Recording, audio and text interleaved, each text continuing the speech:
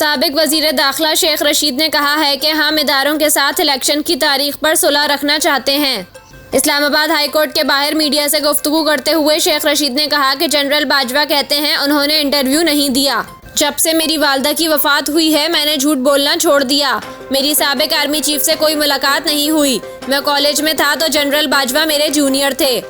सहाफ़ी ने शेख रशीद से सवाल किया कि जनरल बाजवा कैसे आदमी है। इस पर साबिक वजीर ने कहा कि ये जनरल बाजवा से ही पूछ लें। शेख रशीद का कहना था कि राना सनाउल्लाह जो खाना जंगी कर रहे हैं इसकी भेंट वो खुद ही चढ़ेंगे। ये कहना कि हम रहेंगे या वो, पार्टियां कभी ख़त्म नहीं होती, गंदे लोग कहीं ख़त्म हो गए। उन्होंने मजीद कहा कि हम इलेक्शन चाहते हैं, बेशक इकट्ठे हो जाएं या अलग अलग, जबकि इमरान खान की कत्ल की साजिश के बयान पर आज भी कायम हूँ। साबिक वजीर का कहना था कि हम इदारों के साथ इलेक्शन की तारीख पर सुलह रखना चाहते हैं। फौज या इस्टेब्लिशमेंट के साथ कोई लड़ाई नहीं, लड़ाई इनसे है जो मुल्क की दौलत लूटकर बाहर ले गए हैं। लड़ाई इस हद तक है कि चाहते हैं इलेक्शन की तारीख दे दी जाए।